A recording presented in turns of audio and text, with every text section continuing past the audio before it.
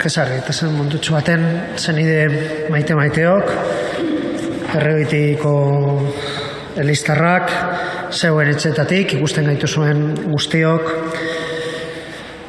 Pasko aldia aurrera doa, eta igokunde eta Mendekoste egunaren jaiak ospatzeko leizak,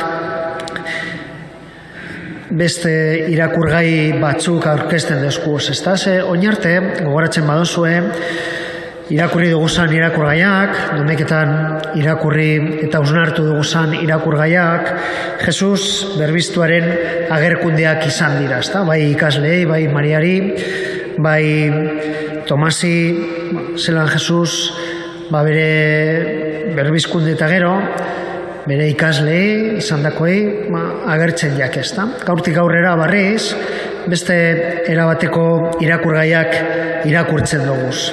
Berbizkundea alde batera izten dugula esan ginke, eta esan dudan bezala igokunde jaia ospatzeko prestatzen hasten gara, ezta?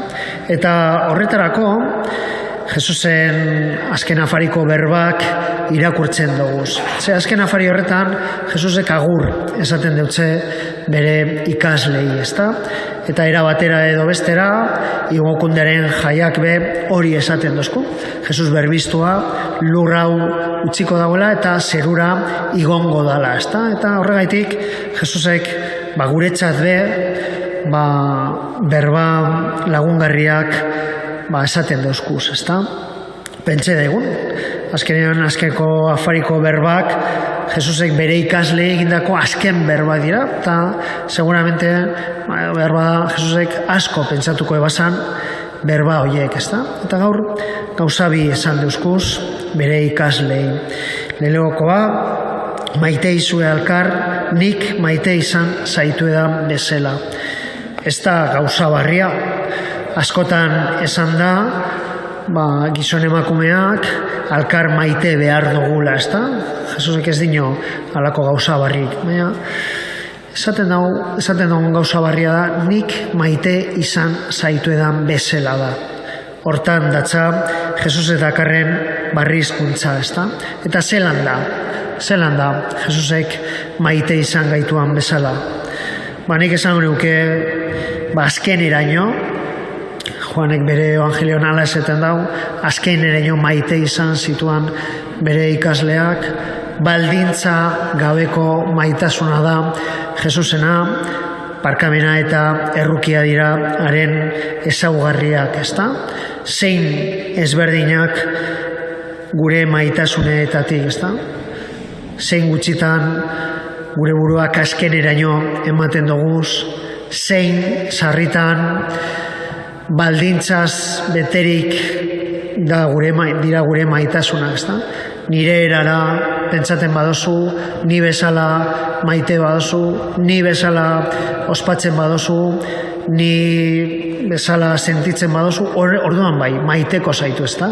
Zenbat eta zenbat baldintza jartzen doguz, alkar maitatzeko.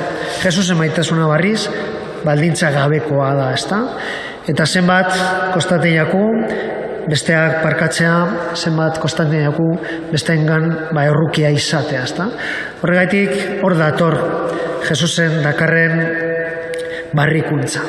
Ez alkar maitatzean. Alkar maitatzean danok ikusten dugu eta askok esan dabe hori, ezta? Alkar maitatzea Jesusek maite izan gaituan bezala. Eta gero, eta gaur amaitzeko, Jesusek bere ikaslei esate dutze. Honetan ezagutuko dabe guztiek nire ikasle sariena. Zuek alkar maite izatean. Sarri askotan, Jesusen benetako jarraipena beste gauza askotan jartzen doguz, eta horrela, besteak Jesusen benetako jarraitzaileak ez dirala uste eta esaten dugu. Besteak, Eliza ez dabe ulertzen guk ulertzen dugun bezala, eta hori dela eta ez daukaguz Jesusen benetako jarraitzailetzat. Besteak, ez da be jauna ulertzen, guk ulertzen dugun erara, eta orduan, pentsatzen dugu, eurak ez dirala benetako Jesusen jarraitzaileak, besteak ez da be otoitz egiten, edo jantziten, edo ospatzen, guk otoitz, jantzi eta ospatzen dugun erara. Eta orduan, pentsatzen dugu eurak, benetako Jesusen jarraitzaileak ez dirala. Eta interneten edo komunikabideetan hori agertzen dugu. Benetako usaindun hartzaia, ardi usaindun hartzaia gu gareala, eta besteak, behar bada, intzentzu usaineko hartzaiak dirala. Ez benetako hartzaiak, ez benetako kristauak, ez benetako Jesusen jarraitzaileak. Jesusek barriz gaur, gauza argi bat esan duzku. Zuok alkar maite badozue, honetan ezagutuko dabe guztiak nire ikasleak, nire jarraitzaileak zareala. Alkar maite badozue. Ez zeuen pentsakeran, ez zeuen beste gauza guztietan, ezta? Jesusen jarraitzaileak alkar maitatu izan behar dugu. Jesusek argi esaten duzku gauza guzti horiek ez gaituztela bere jarraitzaileak bihurtzen. Alkar maitasunak baino.